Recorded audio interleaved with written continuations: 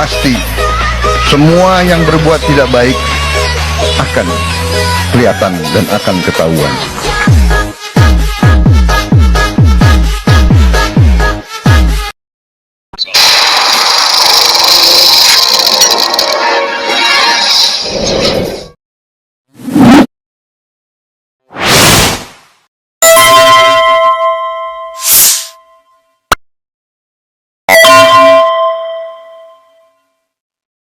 Assalamualaikum warahmatullahi wabarakatuh. Pemirsa, Mukidi kayaknya menangis dah ya.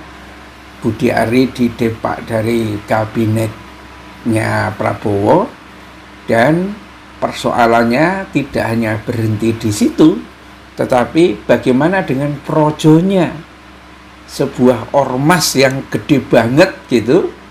Apakah kalau Budi Ari sudah tidak bisa ya ngasih makan projo, itu projo masih tetap setia mati ke Mukidi ya? Ini menjadi tanda tanya besar, pemirsa.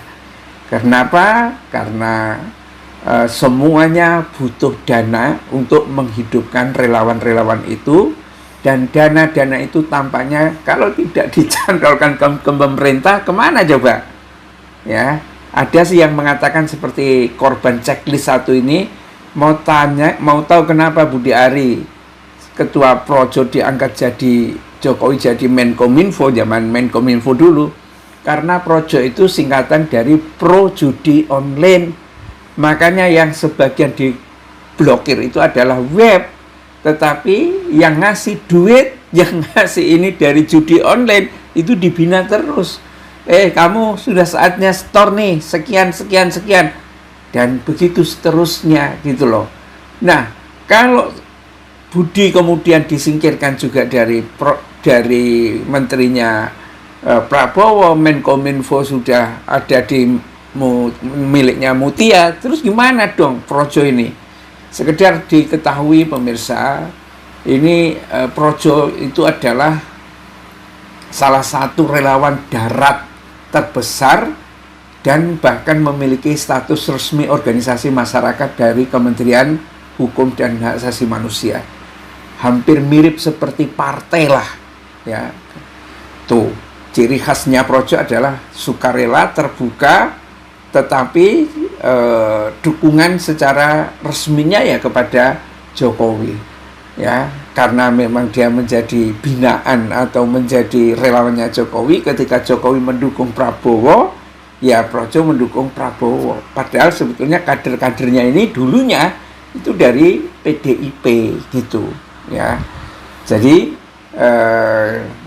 memang kuat banget ini Projo ini, cuma ya sekaligus juga menjadi hantaman ya kalau misalnya sama seperti nasibnya Budi Ari itu ya, kalau nantinya juga dijebloskan ke dalam penjara gara-gara kasus judi online seperti Noel itu kan juga Jomania ya, Jokowi mania, juga punya relawan yang banyak, butuh dana, sama seperti Projo juga begitu ya.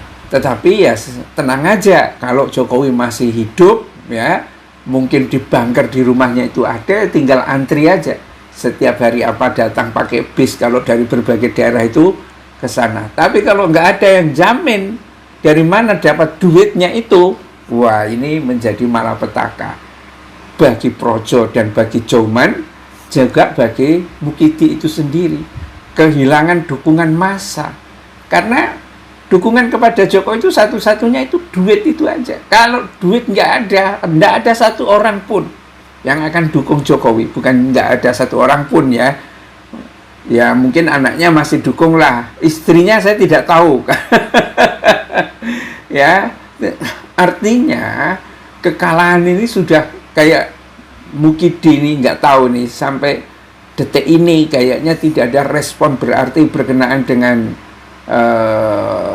reshuffle kabinet yang menyapu, walaupun belum sapu bersih ke semua menteri-menterinya Jokowi, dan menteri-menteri lain tampaknya ngantri ya kapan akan dipotong oleh Prabowo itu, ya, sampai akhirnya nanti tinggal yang terakhir itu adalah Jokowi, supaya merenungi hidup dulu dan merasakan bagaimana menderitanya gitu kan orang-orang yang dulu didepak dari kanan kiri kan begitu, ya. Dan ini ujian berat ini, hari pertama tidak menjadi menteri, apakah banyak yang masih setia sebagai relawan? Kalau istilah relawan itu kan sebetulnya orang yang melakukan sesuatu secara ikhlas, itulah yang disebut dengan relawan. Tetapi relawan-relawan Jokowi apakah seperti itu? Enggak juga, enggak ada, mana ada, ya. Dan ini akan membuat tangisan semakin kencang kalau Jokowi masih bisa menangis, karena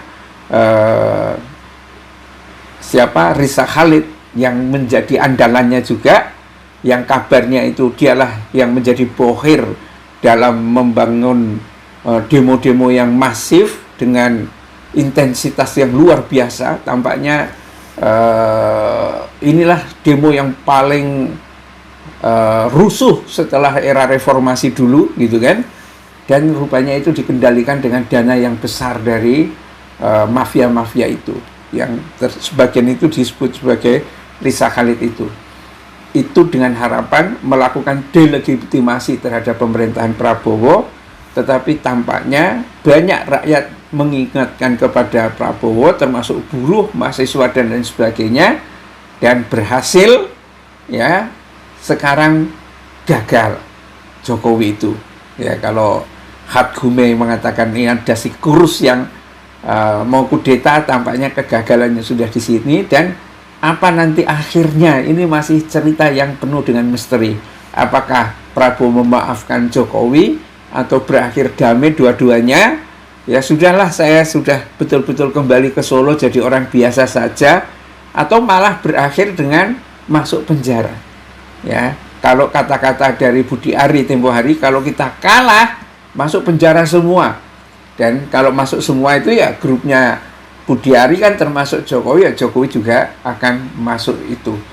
Memang tampaknya semua hal yang didasari dari satu kebencian, manipulasi, kebohongan, keculasan terhadap negeri ini, hukumannya tampaknya tidak hanya menunggu di akhirat kelak, tetapi juga penderitaan batin dan mungkin bahkan fisik juga akan mulai muncul pada babak-babak setelah tengah malam, setelah tengah perjalanan, ya.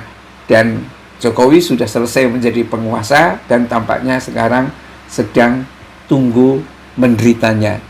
Bila taufik wal hidayah. Assalamualaikum warahmatullahi wabarakatuh.